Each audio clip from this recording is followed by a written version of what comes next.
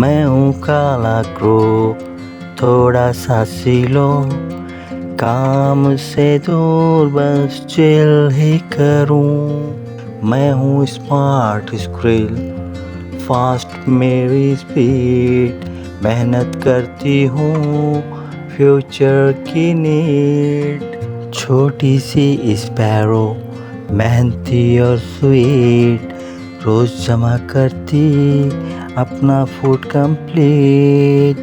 Crow दोनों से बोला, तुम हो कितने अजीब, आज का खाना ही बेस्ट नसीब।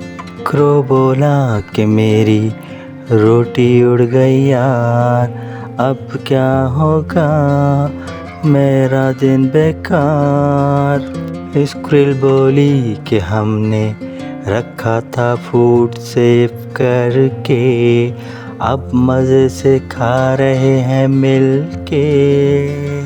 क्रो बोला कि मुझको भी दे दो थोड़ा दाना, अब नहीं करूँगा मैं कोई भी बहाना।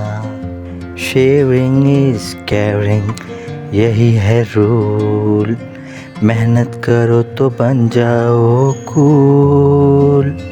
लेजी क्रो ने सीख ली बात, काम करो वरना होगी मात।